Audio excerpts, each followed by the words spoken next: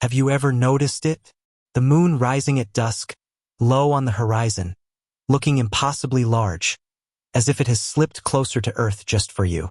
Why does it loom there like a watchful giant, glowing amber and gold, before shrinking back to its usual self as it climbs the sky?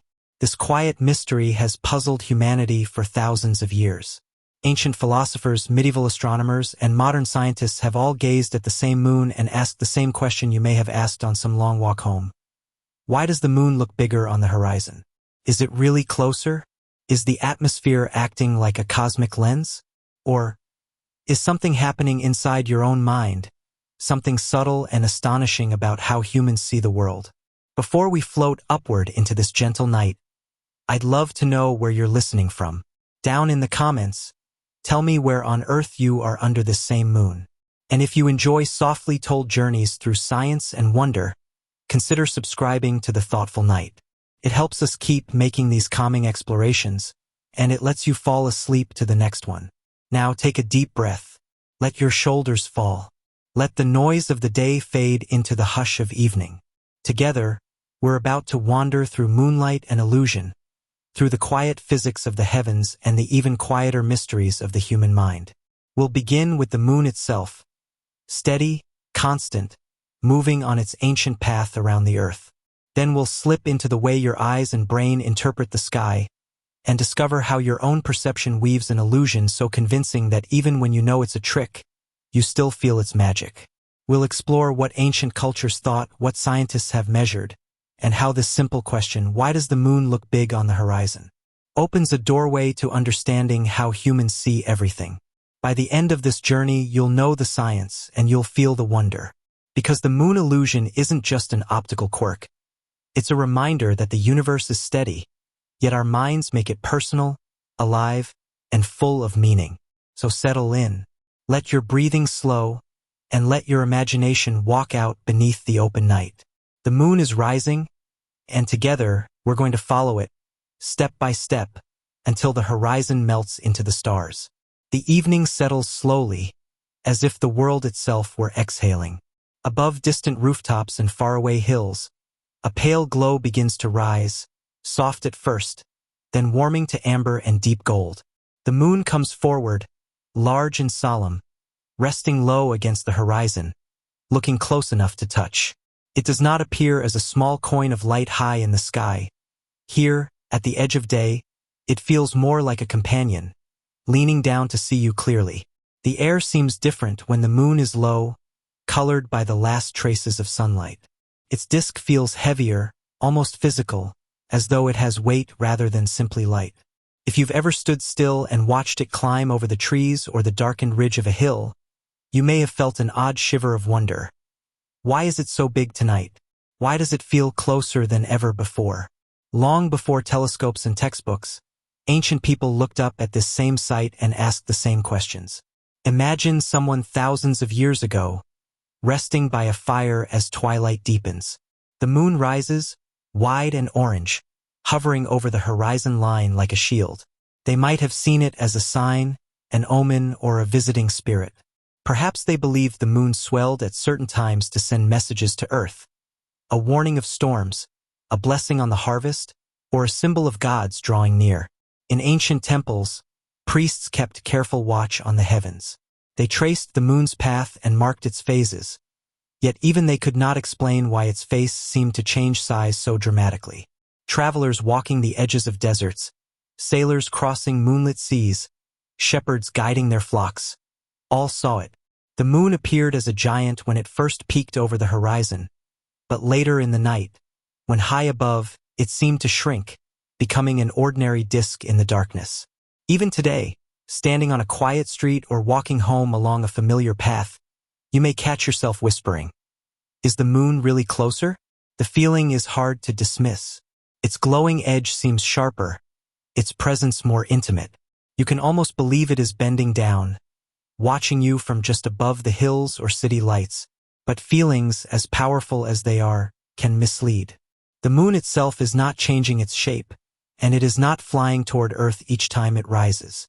Its steady journey around our planet does not allow for sudden leaps closer or farther away in the space of a few hours.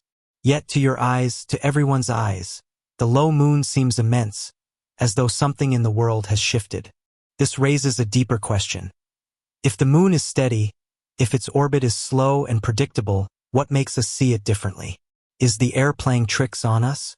Is there something in the light, or in our own minds, that paints the moon larger when it hangs near the horizon? Throughout history, scholars have offered many answers. Some believed the atmosphere magnified the moon like a great curved lens.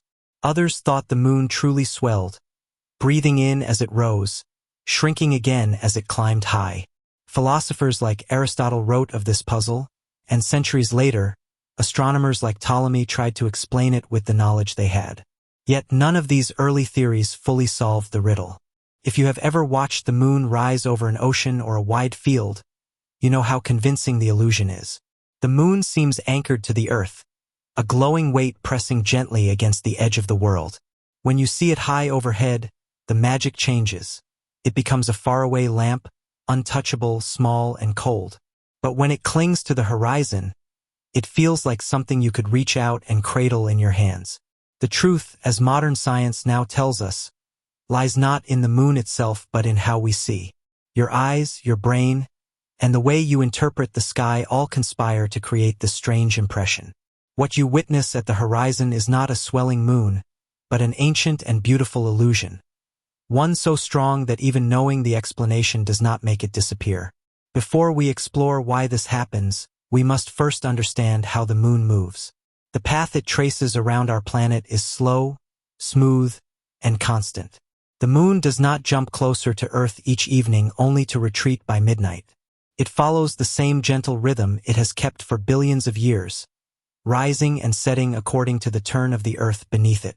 Yet something in the way we stand on this turning world, something in the way we measure the sky with our human senses, makes the moon seem alive, as though it is playing a quiet trick just for us.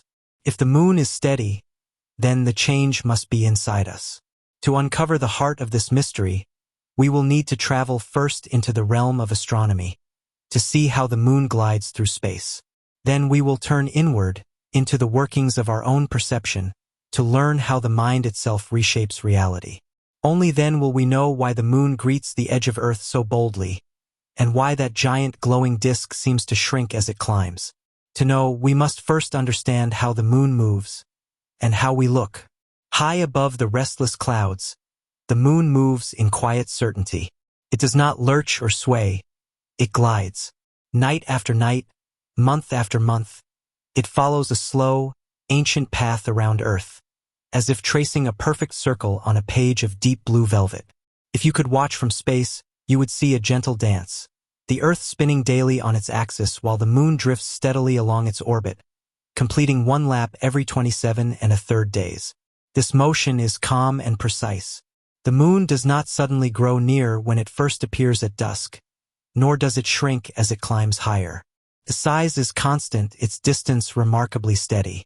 On average, the moon is about 384,000 kilometers from Earth, nearly 1,000 times farther than the width of our own planet. That vast distance changes only slightly as the moon's orbit is not a perfect circle, but an ellipse. Even at its closest point, called perigee, it is only about 50,000 kilometers nearer than at apogee, its farthest point. That may sound like a large difference, but to your eyes, it is barely noticeable. The moon at perigee, what people call a supermoon, is only about 14% larger than at apogee. You would not gasp at the difference if you did not have photographs to compare. The enormous size you sense when the moon hugs the horizon has nothing to do with its orbit shifting by a fraction of its distance. The physical moon itself is steady, reliable, and unchanged over the course of a single evening. As the Earth turns, your location on its surface rotates into view of the moon.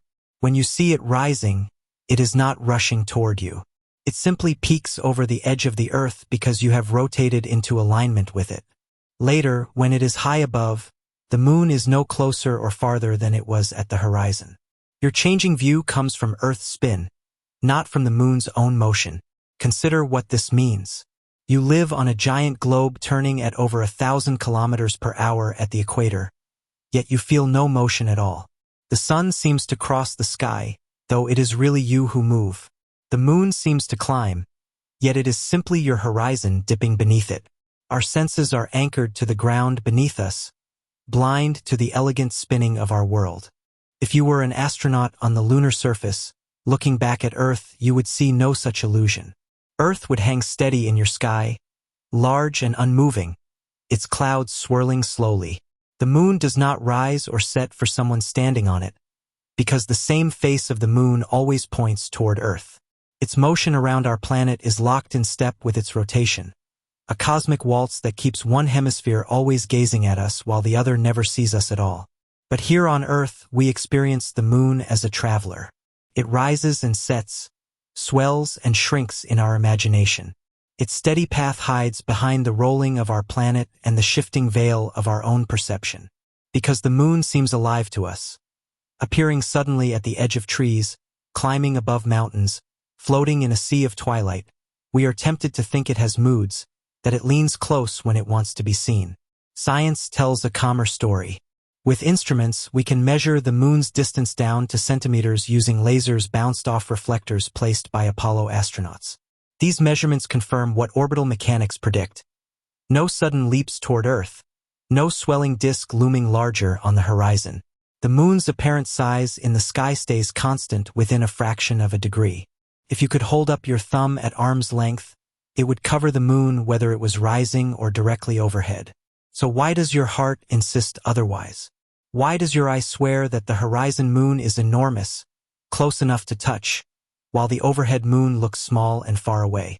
The answer is not in the moon's orbit or in the pull of gravity.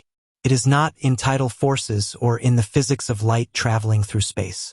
The answer lies elsewhere, in the hidden machinery of vision and thought. Yet before we turn inward to our own minds, it is worth pausing on the beauty of what is steady. The moon does not deceive. It simply shines, reflecting sunlight faithfully. Its mountains and plains, the highlands and Maria etched across its face, are lit with the same pale glow whether you see it on the horizon or high above. This constancy is a comfort. It means that the illusion is ours, not the moon's. The moon is innocent of trickery. Imagine standing in a wide field at dusk. The Earth spins silently beneath your feet. Far away, the moon has already risen for someone on the coast, while for you it still hides below the rim of the planet. A few minutes pass. You turn your head and there it is, appearing like magic over the distant trees. The only thing that has changed is your position relative to it. The moon has not swooped down to greet you. You have rotated toward it, carried by the planet itself. Understanding this motion does not lessen its wonder. If anything, it deepens it. You are part of a system vast and graceful, Earth turning, moon orbiting, both traveling around the sun in a cosmic spiral that has continued for billions of years. In that immense clockwork, the moon's steadiness is a quiet reassurance. And yet, you still see it swell on the horizon. You still feel its closeness in your bones. If the moon itself is steady, if no true magnification occurs, then the mystery must lie in the way we look at it. Something in the mind transforms the familiar into the extraordinary. If the moon itself is steady, perhaps it is our eyes that are not. When you gaze at the moon climbing above a distant ridge or standing low over the sea, you are not just seeing with your eyes, you are seeing with your mind. Your vision is not a simple camera that records the world exactly as it is. It is an artist painting depth and distance, shaping what you perceive from what you expect. Look at the horizon and notice how full of landmarks it is. Trees, buildings, hills, telephone poles.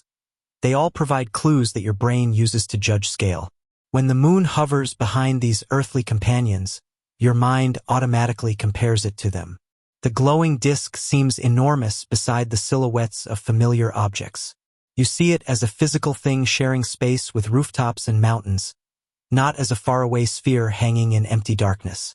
Now lift your eyes straight overhead. What do you see? No buildings, no roads, no forests. Only open sky. Your brain has no anchor, no familiar reference to measure size. The moon floating in this boundless dome seems smaller not because it has changed, but because you have lost your measuring sticks.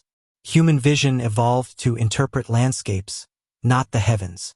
On the ground, things near the horizon are usually far away. Distant hills, far-off animals, clouds lying low. Your mind treats anything on that line as remote. If it appears large, your brain assumes it must be gigantic. This is why a full moon at the horizon feels vast, while the same moon high above seems tiny and detached. Consider how this works in daily life. A house on a faraway hillside looks small. You know logically that the house is the same size as any house nearby, but your eyes tell you it has shrunk because of distance. If you were to walk up to it, it would grow in your vision. Yet the moon refuses to obey this simple logic. Your brain treats it as far away when it's low, and then paradoxically magnifies it. This strange reversal is not a flaw but a clue. It tells us that your perception of the moon's size is not governed by its light alone. Instead, it is sculpted by context, by comparison, and by deep patterns of thought that evolved long before humans understood the sky. The horizon is like a frame around the moon. It tricks you into believing the moon is farther away than when it rides overhead. Your mind assumes that if it is so far off in the distance, it must be very large indeed to appear that bright and clear. High in the sky, where no frame exists, you accept the moon at face value. It seems to shrink, not because it actually does, but because your brain quietly removes the illusion of distance. You can sense this even without looking at the moon. Picture a flock of birds flying overhead. When they are near the horizon, they seem to move slowly, as if they are far away. When directly above, they seem to speed past you. Your brain interprets speed, size, and distance relative to the landscape. The moon falls into this pattern, even though it is far beyond earthly distances. Walk down a city street at dusk. The moon peaks between two buildings. Suddenly it looks massive, glowing between towers of glass and steel. A few hours later, when it is high in the empty dark, you could almost believe it has retreated, becoming small and remote. But in truth, it has not changed. The change is within you. Your eyes gather light, but your mind tells the story of what you see. Depth perception, perspective, and visual cues are tools the brain uses to navigate a three-dimensional world.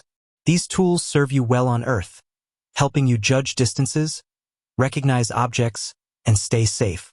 Yet when applied to the sky, they create illusions, beautiful ones. Imagine standing on a beach. The horizon stretches wide and flat, a clean edge separating sea from sky. As the moon rises, it seems to rest just beyond that edge, like a glowing ship sailing on an invisible ocean. Your brain treats it as a physical object lying far away, among the distant waves. To make sense of its size and brightness, your mind paints it larger, as though compensating for imagined distance. Scientists call this effect the moon illusion, but it could just as easily be called a window into human perception. The moon is not playing tricks on you. Your own brain is. It is as if your visual system whispers, this great light must be farther away than it seems. If it still looks this big, it must be enormous. Even children notice it without understanding. A child walking home at dusk points at the moon and says, "Look how big it is tonight." No lesson in geometry can erase that sense of wonder. You can measure the moon with a coin at arm's length and see that it is always the same size. But the feeling, that heavy, low-hanging amber disk, will remain. The horizon moon does not merely reflect sunlight. It reflects something inside you. Your instinct to measure the world by landmarks, to judge space by what is near and far, to trust your eyes even when they mislead you. It reveals that vision is not passive. It is active, interpretive, alive. But context alone cannot explain everything. The reference points of trees and hills are part of the story, but not the whole story. Even in wide deserts with nothing on the horizon, the moon still looks big when low. Something deeper than visual comparison is shaping this illusion. But context is only part of the story. The mind itself weaves illusions. You close your eyes for a moment, and the thought lingers. If the moon does not really grow larger, why do we swear that it does? This is not a quirk of modern times. Long before telescopes, long before written words, long before people had even named the moon, someone tilted their head back on a quiet evening, gazed at that pale disk rising over the treetops, and whispered, "It looks enormous tonight." The illusion you experience is ancient. Every culture that ever looked up at the night sky has been fooled by it. Babylonian scribes noted it. Greek philosophers puzzled over it. Chinese astronomers wrote poems about its swollen edge. It is a trick older than history, older than mathematics, older than the idea of proof itself. But what is the trick? It lies in your mind, not in the heavens. Your eyes are not cameras taking perfect pictures. They are storytellers, crafting a three-dimensional world from two small, flat images. The horizon gives them a stage filled with clues. Trees, mountains, rooftops, the glow of distant cities. These anchors whisper distance to your brain, and distance demands size. Imagine this. You stand in a dark room, and a friend holds up a coin in front of a lamp. Now picture that same coin hanging across the room, still blocking the same circle of light. Even though its image on your retina is exactly the same size, your brain insists the farther coin must be larger, because it should take up more space to appear equal in width. This is how your mind measures the world. It corrects what your eyes see to match what it thinks must be true. The moon, hanging just above the horizon, comes with an entire landscape to frame it. Your brain compares it to trees and buildings, and it assumes the moon is far behind them. Farther means bigger. The brain decides, and so it enlarges the moon not in the sky but in your perception. When the moon rises higher into the empty dome of night, those references vanish. With no trees or towers to compare against, your brain treats the moon as simply out there, not way out there. The correction fades, and so does the illusion. This isn't just theory. Psychologists have tested it for over a century. In the 1800s, scientists had people look at the moon through tubes that blocked out the horizon. The illusion weakened or disappeared. In the 1900s, experiments with projected discs on walls confirmed it again and again. Context changes size in the mind's eye. Even today, researchers use virtual reality headsets to show how easily we're fooled. The ancient Greeks thought air itself might magnify the moon, like water in a glass lens. Later, medieval scholars believed the moon swelled because its light was thickened by the damp horizon air.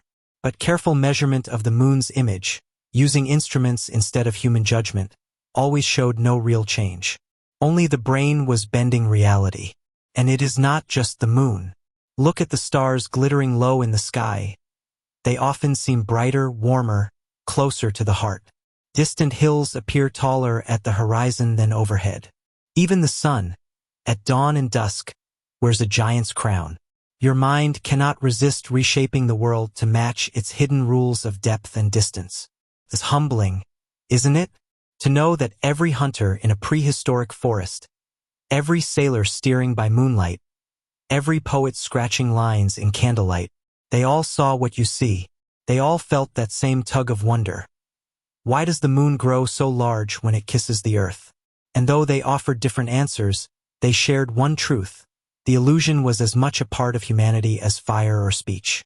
If you were to sketch the moon as you see it on the horizon, you'd probably draw it far larger than a photograph would show. And that says something profound. The world we inhabit is not only the world outside us. It is also the world inside, the painted landscape the mind lays over reality, transforming bare data into experience, into story. The moon illusion is a gentle reminder. Your senses do not give you raw truth. They give you meaning.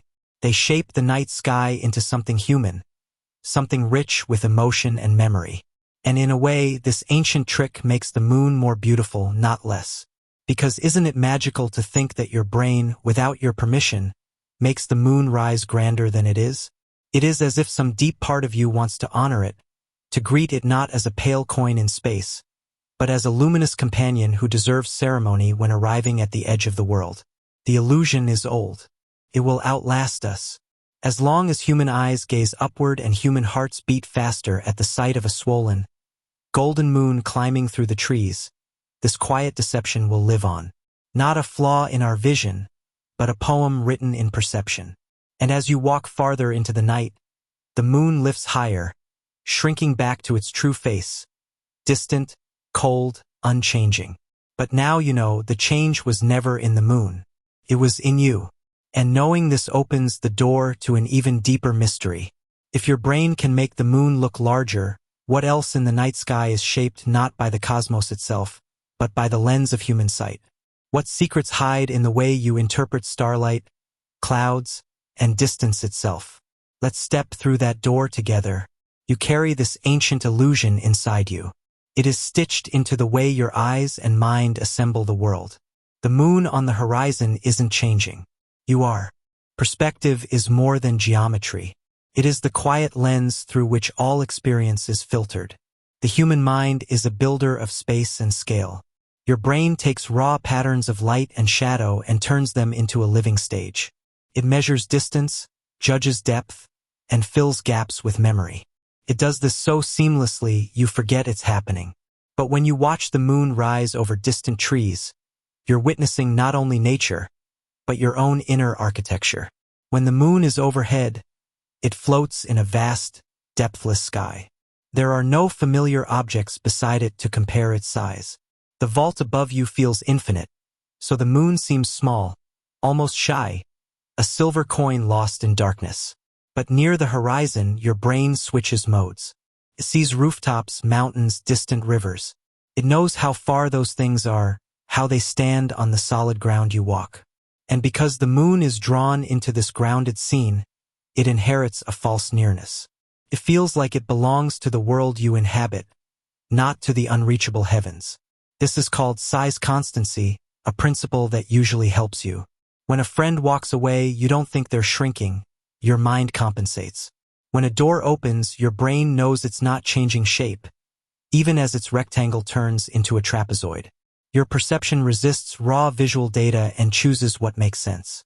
And when the moon hangs low, your mind insists that it must be bigger, because a truly distant object that looks that large would be colossal indeed.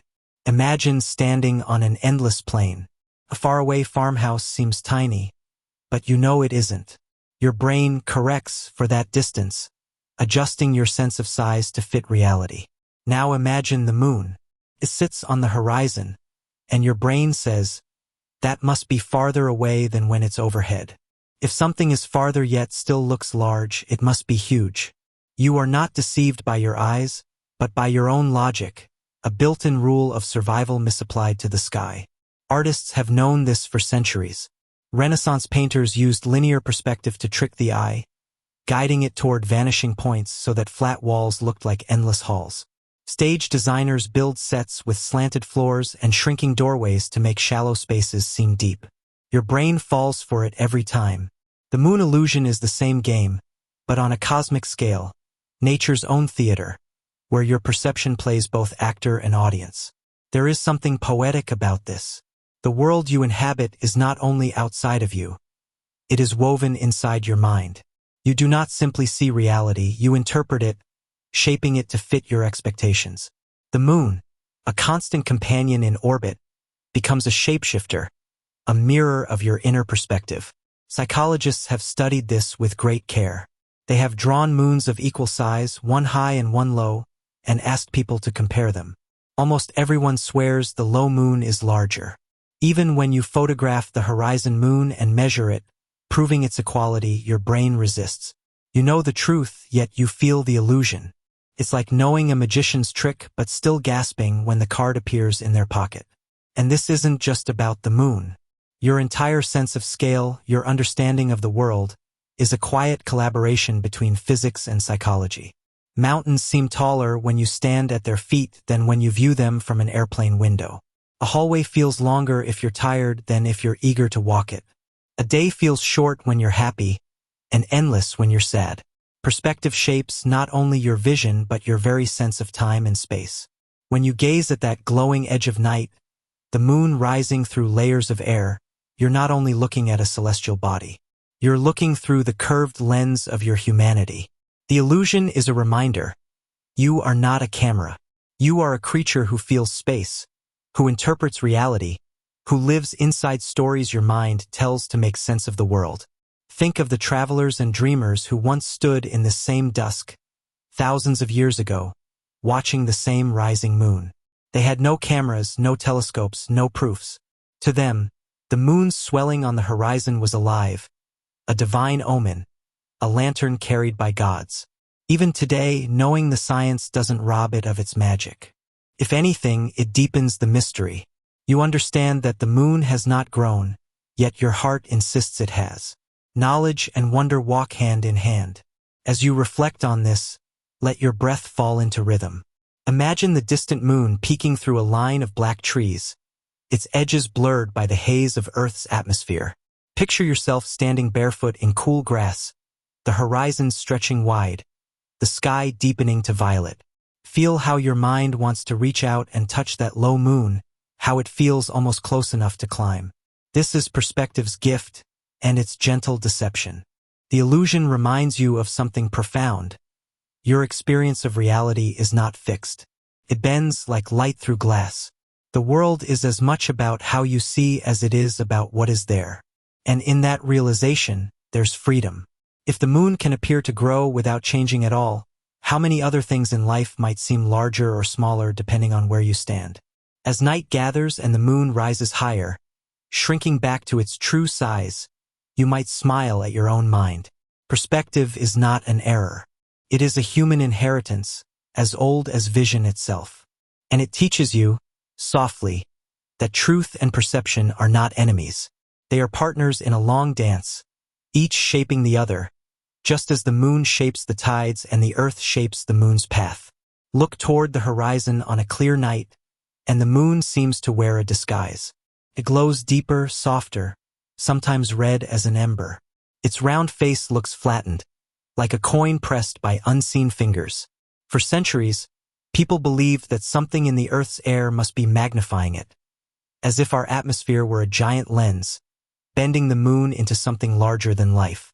But the truth is gentler and stranger. The Earth does have a lens, a great shell of air surrounding our planet, stretching upward for hundreds of miles. This lens is not made of glass but of molecules, ever in motion. When light from the moon passes through it, the air bends that light ever so slightly.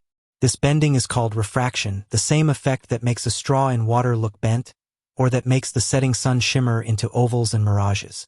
But refraction doesn't make the moon bigger. It makes it different. When the moon is low in the sky, its light must travel sideways through far more atmosphere than when it shines high overhead. Along that long journey, dust and gas scatter the shorter blue wavelengths, letting only the warm reds and oranges slip through.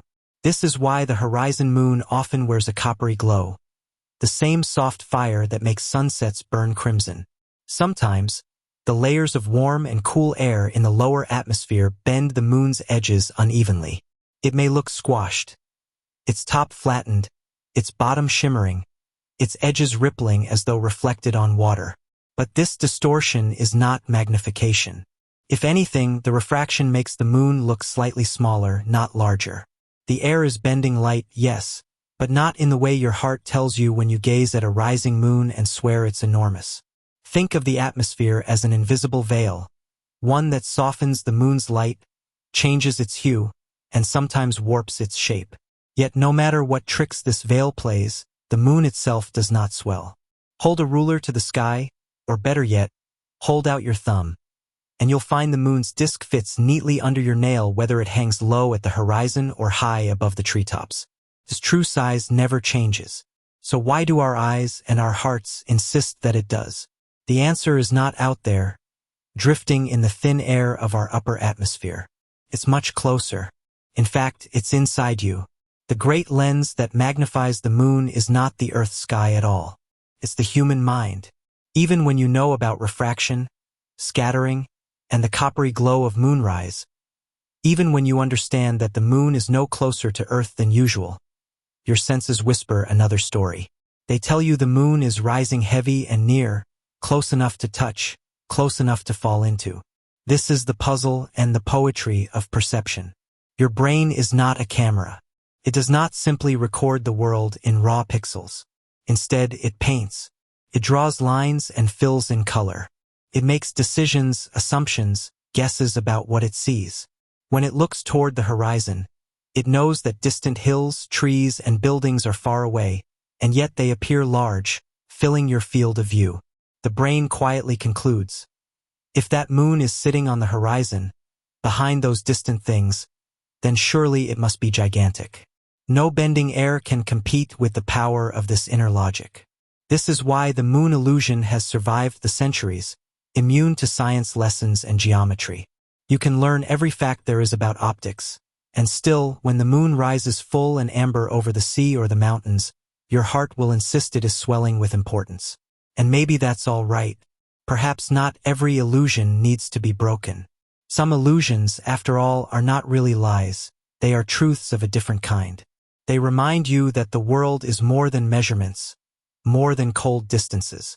The moon feels bigger at the horizon because you feel small standing beneath it. The illusion is not in the moon, it's in your humanity. Still, it's worth tracing this mystery carefully, layer by layer. First, we looked to the sky, to the great lens of Earth's air. We saw how the atmosphere bends and scatters light, giving the moon its copper glow and distorted shape, but no true magnification. The air plays its part, yes, but it is not the master of the illusion. If not the atmosphere, then what? We must look inward, into the quiet theater of the mind, where light becomes meaning and sight becomes belief. There, the moon is painted larger, grander, more important, not by refraction, but by reflection of another kind. A reflection of how you expect the world to be, and how you feel beneath its vaulting sky. So, if not air and not the moon itself, it must be us. Let's step into the brain's private gallery, the place where sight becomes thought, and thought becomes wonder. Here, the moon is not just seen but imagined. And in this imagined sky, it grows. The air bends light, yes, but it does not stretch the moon. The glassy lens of our atmosphere can paint the moon red, can flatten its face as it brushes the horizon, can shimmer its edge with heat waves, but it does not make it bigger. So where does the swelling come from? If not the moon, and not the air, it must be you. Your brain is the final lens. Every image you have ever seen has been filtered, stitched, colored, and interpreted by a living organ that cares less about perfect geometry than about meaning. Your eyes send patterns of light, but your brain decides what those patterns are. Paints the world you walk through, and paints the moon as well. Psychologists call it the apparent distance theory. It sounds clinical, but it's surprisingly human. The brain looks at the horizon and thinks, that must be far away. Trees, houses, rivers, they all anchor the land. The horizon feels like the edge of a vast plain, a curtain drawn across the world. When the moon rests on that edge, your brain quietly adjusts the picture. If it's that far and still that bright, it must be enormous. And so it grows not in the sky but in the mind. When the moon drifts higher into the blank, dark dome of the heavens, those anchors vanish. There are no rooftops to compare it to, no silhouettes to measure against. Your brain assumes, this is nearer. A nearer object should appear smaller. The moon hasn't changed, but your mind scales it down, as if sliding a dial on its private canvas. Close your eyes for a moment and imagine your brain as a silent artist. It sketches the outlines of your room, your street, the entire sky above you. But this artist cheats. Instead of drawing every line perfectly, it fills in gaps, guesses distances, stretches shapes. It's like a painter who adds shadows that were never there, just to make the scene feel alive. You carry this artist everywhere. Every glance you take, the hallway where you walk at night, the garden where you sit with friends, the curve of the horizon under a setting moon, is not reality itself, but a picture painted by that inner hand. There's poetry in this. The moon illusion isn't just a trick. It's a signature of the mind's creativity. Your brain doesn't give you a dry, neutral map of the world. It gives you a living story. It says, look there, at the horizon. It's far, it's mysterious, it's important. I will make that moon worthy of your attention. The same brain that enlarges the moon also softens a sunset, makes mountains loom taller, or turns an empty street at midnight into something eerie and profound. This is not error. This is meaning. Consider how children draw. A house far away is as big as a person close by. A beloved pet is drawn larger than the car it sleeps under. We smile at this, calling it naive perspective. But deep inside, our adult minds still do the same. We draw the world not as it is, but as we feel it. The horizon is not just far away, it is the edge of the known. So when the moon sits on that edge, we do not see it as it is. We see it as a glowing neighbor knocking at our door. You may have felt this while traveling at dusk, looking out of a train window as the moon seems to pace you, swollen and golden, keeping up with the rushing land. In truth, the moon is indifferent, but your brain is not. It wraps that distant disk in the language of home and memory. The apparent distance theory has been tested many ways. Show people photographs of the moon high in the sky and low on the horizon, cropped so there's no landscape, no visual cues, and the illusion fades. Without reference points, the brain stops inflating. The artist loses its sense of scale. But place the same moon above trees, buildings, or hills, and suddenly it swells again, as if the brain whispers, "Ah, I know this place. I know how far that is. The moon must be huge tonight." And so, the illusion is not just a quirk of optics. It is a conversation between your eyes and your expectations, between what you see and what you believe you see. Imagine now that your brain is not only an artist but also a stage director. The sky is its theater, and the moon is the main character. When the curtain of the horizon rises, the director commands, "Make this actor larger. Give it presence, weight, importance." But when the moon climbs to the middle of the stage, with no props, no backdrop, the director relaxes. The actor shrinks to normal size. Is this deception or generosity? Perhaps both. The moon illusion reminds us that perception is never passive. You are not just a spectator of the universe. You are its co-creator. The world is filtered through your history, your memory, your emotions. The same organ that judges distances in traffic or reads the lines of a page is also capable of wonder, of quietly rewriting physics to make beauty feel closer. Let this thought settle in you as the night deepens. The moon is steady, faithful, unchanged. Yet your inner canvas reshapes it, paints it with longing, draws it large against the line of the earth. You are part scientist, part poet, even when you don't mean to be. And here is the fascinating question. If your brain can make the moon bigger, can it make it smaller? Can we trick this illusion, turn it upside down, and watch our mind redraw the sky in real time? The next chapter will try exactly that. But before we test it, take a moment to appreciate this hidden artist. It is not a perfect draftsman. It does not care for accuracy the way a ruler does. Instead, it gives you meaning in every glance, and sometimes it gives you a giant moon rising just to make you stop and feel. The moon is high tonight, or perhaps it is low, resting just above the treeline, hovering at the horizon like a lantern left for you alone. Wherever it sits, you are about to test the sky. Not with a telescope, not with complicated instruments, but with something far more human. Your own eyes, your own breath, your own curiosity.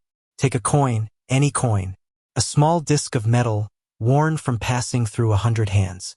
Stretch out your arm until it is straight, and hold the coin between finger and thumb. Let your gaze rest on the moon. Not staring hard, not trying to pin it down, just breathing, just being. Now, bring the coin slowly in front of your eye, until the coin hides the moon completely. That's all. That's the trick.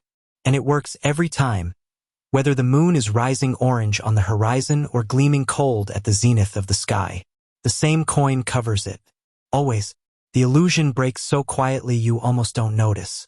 The moon never really grows or shrinks. Its diameter on your retina, the patch of light it paints on your eye, is constant. What changes is you. Your brain assumes the horizon is farther away than the open sky overhead, and so it compensates.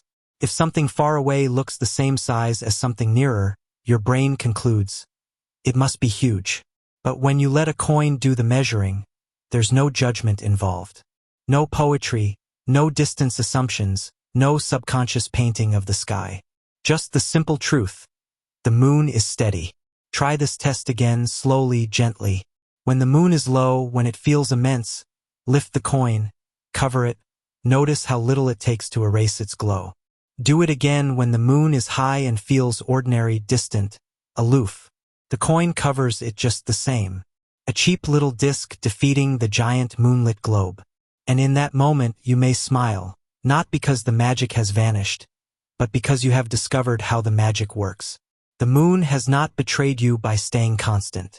Your brain has not failed you by painting it larger. Both are performing as they always have. Both are loyal to their natures. Photographers have done this for centuries, pointing lenses at the horizon and at the zenith. When the images are placed side by side, the moon is identical pixel for pixel. Astronauts have seen it from orbit, unshaped by horizon haze or earthly reference points, and they confirm. The moon's face never swells, never shrinks. Yet when you look up with the naked eye, you can't help but feel it. That pull, that bigness, that golden enormity resting on the edge of the earth. Even when you know the truth, even when you've tested it with your coin, the illusion lingers. This is because knowledge does not erase perception. You may understand why a rainbow forms and still feel wonder when its arc glows after rain. You may know how the sun sets, that it does not truly sink but that the earth turns, and still feel the warmth of its farewell light. You may recognize that the moon is always the same size, and still watch it rise with your heart beating faster. As you hold the coin tonight, notice your breath. Inhale slowly, feeling the cool air. Exhale softly, letting tension fall away. The moon is steady, just as your breath is steady, just as the earth's turning is steady. You live on a spinning sphere that makes no sound as it carries you from sunset to moonrise, from night to dawn. The illusion of the moon size is not a flaw in you. It is a kind of grace. It means your brain is not a lifeless camera. It is an artist, filling the sky with scale and meaning, painting depth where there is none, sculpting grandeur from geometry. That is why the low moon makes you pause. Why you take pictures that cannot match what your eyes saw. Why poets write of giant moons. Why lovers linger in moonlight as if time has slowed. There are other experiments you can try. Photographers sometimes frame the moon against a building, a bridge, a distant tree, and then, using long lenses, they compress perspective, making the moon seem absurdly huge. But that is a trick of glass, not of the mind. The true illusion, the one you experience without equipment, lives entirely inside your head. Try this too. Step outdoors on 2 different nights, once at moonrise, once near midnight.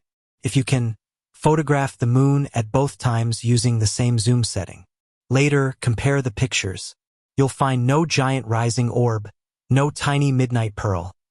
Only the same steadfast moon, ancient and unchanged. Or simply keep using the coin. Each time you repeat the test, you'll feel a quiet reassurance. Nature is constant.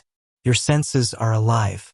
And your brain, marvelous, restless brain, is always reaching for meaning, always creating beauty, even when it's only looking at reflected sunlight on a cratered rock. So even knowing it's an illusion, you may find you love it more, not less. Because it reminds you that you are not a passive observer of the universe. You are a participant. You bring your own colors, your own shapes, your own stories to the sky. The moon's steady face and your changing mind meet in the twilight, and together they make something more than either could alone. Breathe once more. In and out. The coin glints in your fingers. The moon glows above the horizon, unbothered by coins, illusions, or theories. And you stand between them, smiling at how the world can be both knowable and mysterious at the same time. The simple test has done its work. You've seen the illusion for what it is, yet the spell remains. Perhaps it is even stronger now, because you understand, the magic was never in the moon itself. It was in you. The moon has always been more than a sphere of rock circling Earth. It has been a lantern for lovers, a clock for farmers, a messenger for poets. When it rises low on the horizon and seems impossibly large, humanity does not reach for calipers or measuring tapes. We reach for metaphors. You can imagine the first people who ever saw it swelling at dusk. No equations, no optics, no theory of refraction, only wonder. A disk glowing gold behind the trees, hanging above a field of ripening grain. The low moon became the harvest moon, the promise that the seasons were turning and food would soon be gathered. In many cultures, this moonlight meant safety, an end to hunger, and a time to celebrate. Chinese poets of the Tang dynasty wrote of autumn moons so vast and close they could illuminate the soul. In Japan, the moon viewing festival Tsukimi treats the full moon as an honored guest, not a distant sphere. Native American traditions gave names to every full moon, the strawberry moon, the snow moon, anchoring time to the living earth. In Europe, Lovers walked beneath the hunter's moon, where its amber glow felt like a signal of longing. Why did they always speak of a giant moon, hanging low, swollen with meaning? Because the horizon moon, whether through dust in the air or the mind's own lens, feels nearer, somehow human-sized. It sits among hills and roofs, rivers and temples. It does not float above the unreachable heavens, but inside our own world. You can feel it yourself. When the moon perches above the horizon, it looks as though you could almost walk to it, down the road, past the last house, up into the sky. Ancient storytellers spun myths from that closeness. Some said the moon was a watchful spirit keeping vigil over villages at night. Others imagined a god's lantern guiding travelers home.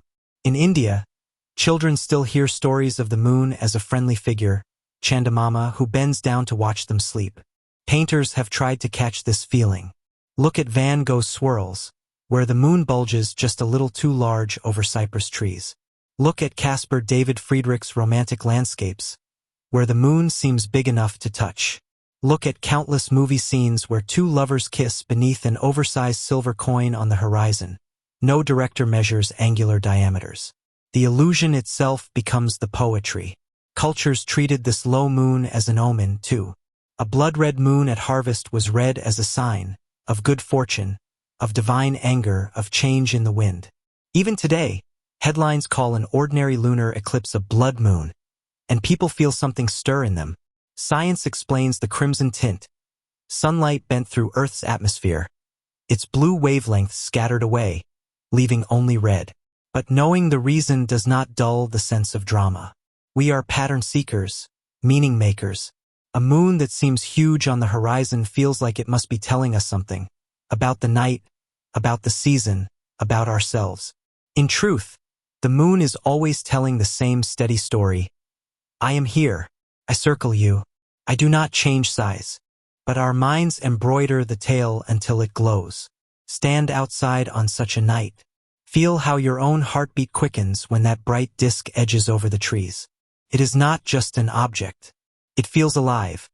A companion who has climbed the sky with you since childhood, watching from playgrounds and windows, from mountain paths and city streets. It feels personal. Even when astronomers remind us that the moon's diameter never changes in the sky by more than a hairbreadth, even when they show photographs proving that the horizon moon and the zenith moon are equal twins, the spell does not break. If anything, the knowledge deepens the wonder. How extraordinary that our own brain can make the familiar seem enchanted. Poets keep writing, lovers keep watching, children keep pointing and asking why it's so big tonight. The why is no longer only physics. It's something softer. The horizon moon links science to soul. This illusion has helped humans tell time, mark seasons, share stories. It has been carved into stone calendars and whispered in lullabies. It is part of the moon's long friendship with us, not a trick to laugh at, but a bridge between perception and meaning. And so, when you see the moon hanging low and mighty, know this: yes, your eyes are being fooled, but your heart is not. That sense of closeness, of grandeur, is real in its own way. It is not written in light or shadow, but in the way human beings meet the sky, with wonder first, measurement second. This is why the moon illusion has survived every explanation. No amount of data can erase its emotional truth. We do not only look at the moon, we meet it. This illusion, so human and so stubborn, persists even when the moon itself changes in real, measurable ways. For the moon does vary in its distance from Earth. Some nights it is nearer, some nights farther. Yet the shift is never as dramatic as the illusion in our minds. The mind can outdo astronomy in a single glance. The moon itself does not swell and shrink at our whim. It keeps its course, its distance, its quiet patience. Yet the sky around it is never the same. Night after night, the moon drifts through its phases. Slender crescent, half-lit coin, luminous circle. It brightens and dims, not because it grows, but because sunlight paints it differently as Earth spins and swings it around. Every month, this dance repeats, a celestial clockwork so steady it outlasts empires. But sometimes the moon seems closer. Sometimes people say it feels almost within reach. We call it a supermoon. the real dance of distance. The moon does not orbit Earth in a perfect circle. It follows an ellipse, a stretched path, pulling it nearer and farther over the span of each month. When it's closest to us, we call that point perigee. When it's farthest, apogee. At perigee, the moon really is a little bigger in the sky, but not as much as your eyes might think. The difference is about 14% in diameter. If you held a coin at arm's length to cover the moon at apogee, you could hold the same coin at the same arm's length at perigee, and it would still cover it almost perfectly. To your mind, though, this small shift can feel monumental because we expect the heavens to be unchanging. Any change, no matter how slight, feels dramatic. On nights of the so-called supermoon, news outlets proclaim it huge, colossal, rare. People gather outside to watch. And indeed, the moon glows a bit brighter, rides a bit larger. But this is nothing compared to the way your brain inflates it on the horizon. The moon illusion itself can double its apparent size, far more than any astronomical effect ever could. A steady companion. Even as its orbit changes, the moon remains constant, unwavering, ancient. The same craters that watched over your ancestors still gaze upon you now. The same face it showed to early poets, explorers, lovers, and astronomers is the face it will show to dreamers in centuries to come. Look up night after night and you'll see its cycles in slow motion. A soft reminder that time flows not in hours, but in rhythms. The moon waxes and wanes as surely as tides rise and fall. If you trace its path with patient eyes, you learn that the universe moves with deliberate grace. Illusion versus reality. When you see the moon on the horizon, blazing orange and enormous, remember, the atmosphere may tint it, your brain may enlarge it, but the moon itself has not changed in that instant. When you hear about a supermoon, remember, it is indeed closer. It is indeed slightly bigger, but never as gigantic as headlines claim. The true wonder is not in how much it grows or shrinks, but in how constant it is, quietly orbiting while our imaginations race ahead. A mirror for your thoughts. Perhaps that constancy is why we love it so deeply. In a world full of change, seasons shifting, cities rising, people passing, the moon keeps its silent watch. Its phases are a steady heartbeat above, reminding us that not all cycles are chaotic. Some are comforting, predictable, beautiful. You might think of it as a friend who never hurries, never argues, never leaves. Whether it seems big or small, high or low, the moon is always there. The same size, the same face, the same soft pull on the oceans and on your heart. And yet, our minds still insist on dressing it in illusions. We see it swelling like a lantern at dusk, glowing larger than life, and our hearts leap. We see it riding high and small at midnight, and we feel a different kind of wonder, cool, distant silver. Perspective is everything. The truth is humbling. Our perception is far more flexible than the moon itself. A shift of air, a tilt of the head, a trick of context, and suddenly the universe looks transformed. Not because the universe changed, but because we did. When the moon is low, trees and rooftops give your eyes a frame of reference, and the brain concludes it must be farther away. So it paints it as bigger to match that imagined distance. When it's high, surrounded by empty sky, there's nothing to compare it to, so it seems smaller, though it is not. Astronomy tells us the facts. Psychology tells us why the facts feel different. Together, they reveal that what you see is never just light. It's light filtered through thought, memory, meaning. The mind can outdo astronomy in a single glance. Even knowing the numbers, 14% real change, 100% imagined illusion, the magic doesn't vanish. It grows deeper. You realize that your own senses are artists, not accountants. They measure beauty, not diameter. They color the moon with emotion, nostalgia, awe. So when someone points at a huge moon and whispers, "Look at it tonight," it's enormous. You can smile gently. You know the truth, yet you can still feel the wonder. Because knowledge doesn't strip beauty from the sky. It only layers it. Fact on top of feeling, reality shimmering beneath dream. And the moon, steady as ever, doesn't mind whether you understand or not. It just keeps shining, constant in its path, while you change beneath it. So if the moon itself is steady, and the air only bends its light, why does it sometimes appear so impossibly huge, glowing like it's leaning close to whisper to you? Because the final answer isn't out there in space. It's inside your own mind. The mind is where illusions become real, where the moon's glow mingles with longing and memory. To understand why the horizon moon feels alive, we must turn inward, to the secret chambers of thought and feeling, where perception becomes emotion, and the sky becomes a mirror of the soul. The moon on the horizon does more than fool your eyes. It stirs something deeper. When you look at that great golden disk lifting over the edge of the world, you're not just seeing light bent through air or signals decoded by your brain. You're also seeing yourself. Every illusion we encounter tells us something about how we work inside. The moon illusion is no exception. It reveals how your mind takes what it sees and weaves meaning into it, like a dream painted across the night sky. Think of how you feel when the moon rises low and full. Does it feel closer, as though it's leaning toward you? Does it feel heavier with presence, as though the night itself is listening? That's not just a trick of optics. It's your own thoughts leaning into the sky, your own memories rising to meet that distant light. The brain is not a cold machine simply measuring angles and sizes. It is alive with stories, colors, and emotion. What you perceive is shaped as much by what you feel as by what you see.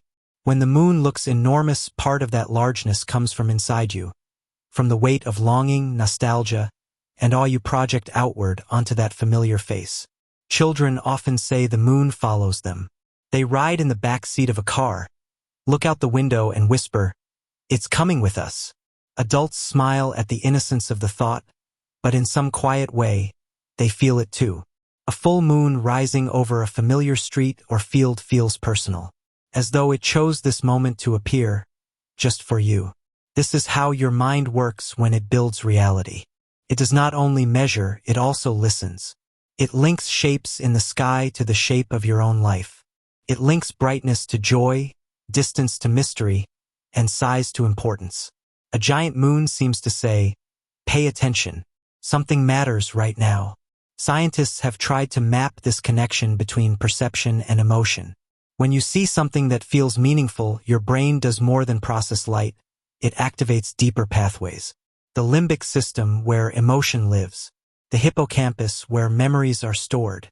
Even your heartbeat and breathing can shift when something seems significant, though no physical danger or change is present.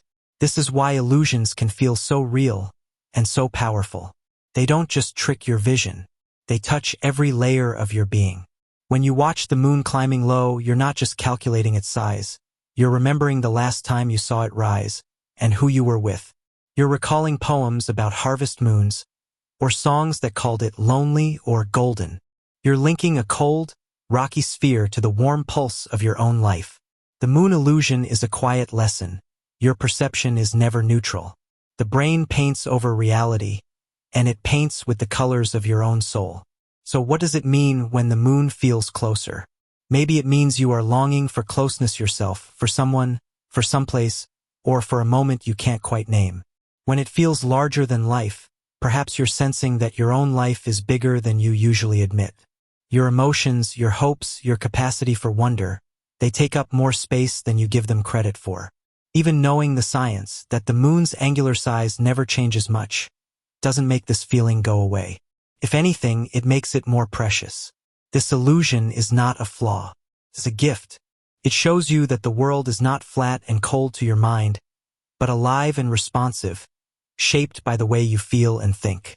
The moon illusion reminds you that human vision is not just about photons and retinas. It's about meaning. You don't merely see the world. You feel it, and then you see through that feeling. Imagine yourself standing outside on a still night. The air is cool. The horizon is low and open. A full moon hangs just above the earth, so round and wide it almost seems to rest on the edge of the fields or rooftops. You know, it's not bigger than when it was high overhead, but it feels bigger, feels closer. And in that quiet moment, you feel closer to yourself, to the people you love, to the simple fact of being alive under the same sky as every person who has ever lived. This illusion becomes a bridge between science and soul, between your eyes and your heart. Yes, the refraction of air and the assumptions of your brain play their part. But your emotions, your imagination, and your deep human longing do too. The low moon is like a mirror. It shows not just the heavens, but the inside of your own mind. When you see it looming on the horizon, you are seeing your own inner horizon as well, the edge where vision meets meaning. And as you breathe in that soft light, you might notice something wonderful. The moon does not care if it looks small or large. It is constant, steady, faithful in its path. It simply reflects the sun and waits for you to notice. But you care. You give it stories. You give it emotion. You make it more than a rock in space. Perhaps that is what humans do best. We make the universe personal. We turn physics into poetry, optics into awe. So why does the moon look bigger on the horizon? The full answer is both science and soul. It is air bending light, the brain adjusting distance, and the heart adding weight to what it sees. As you let that thought settle, feel how it changes your next glance at the night sky. The moon is not judging you for your illusion. It's smiling with you in it, letting you feel the world as more alive, more intimate, more full of wonder than strict measurements can explain. So why does the moon look bigger on the horizon? The full answer is both science and soul. But what do we really see when we dream of the moon itself? Dreams do not obey geometry. They do not care about the curvature of your cornea or the tilt of your head. In dreams, the moon can rise in your bedroom, silver and enormous, hovering just above the floorboards. You may step toward it, expecting to touch its cold, cratered face, only to find that it drifts farther away, as if it were shy. This, too, is the moon illusion, but one painted by your sleeping mind. When you dream, your brain loosens its grip on the rules of light and distance. The pathways that normally calibrate size and scale, those finely tuned networks of the visual cortex, soften and bend.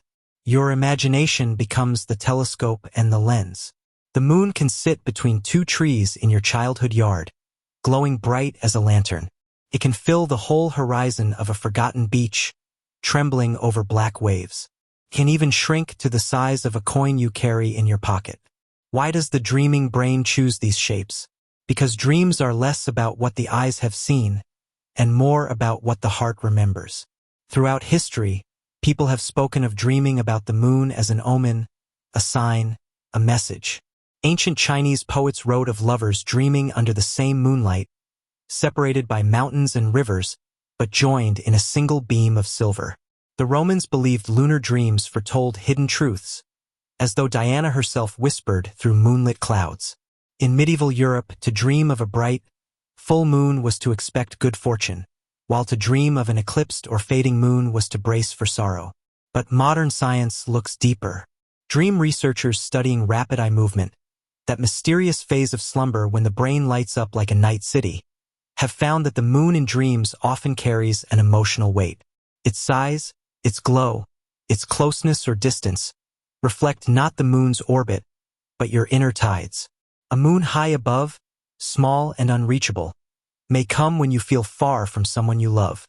A moon swollen on the horizon, impossibly near, may rise when your life feels full to overflowing, with joy, with longing, or with change on the way.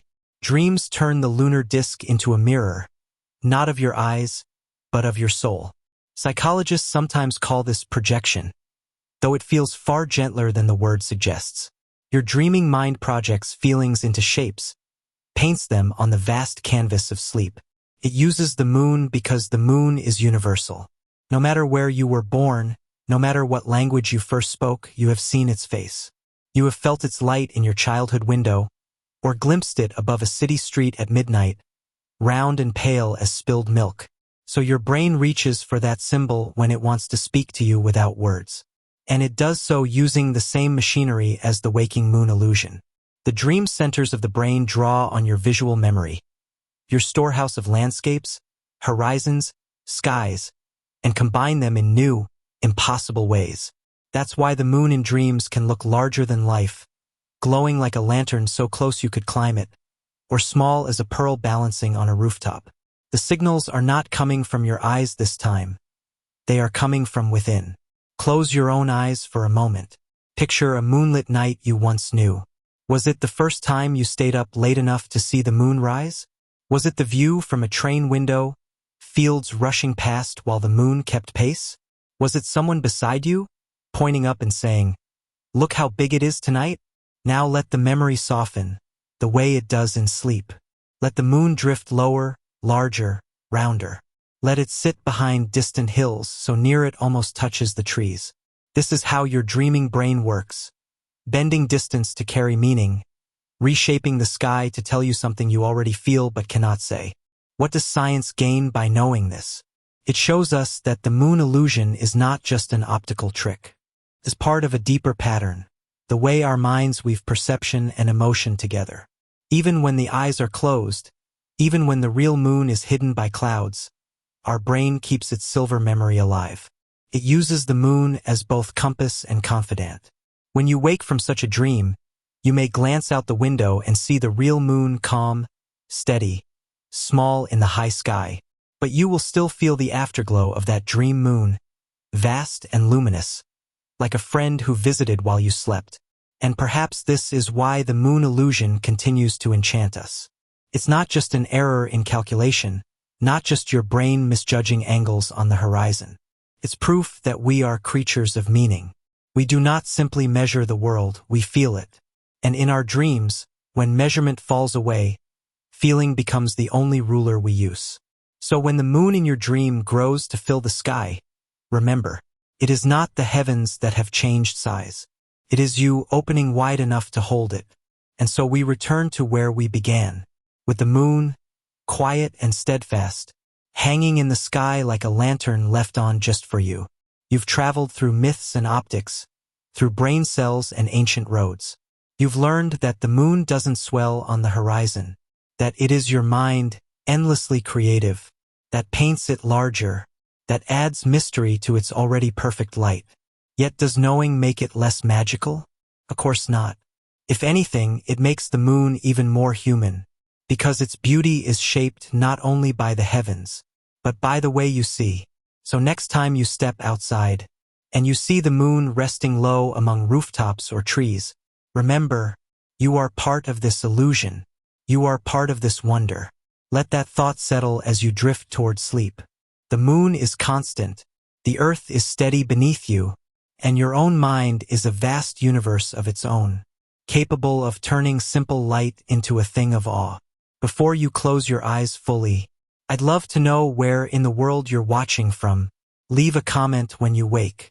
And if you'd like to wander through more quiet wonders with me, like, subscribe, and keep this little lantern of curiosity burning. Good night, and may the moon watch over you, always the same, always new.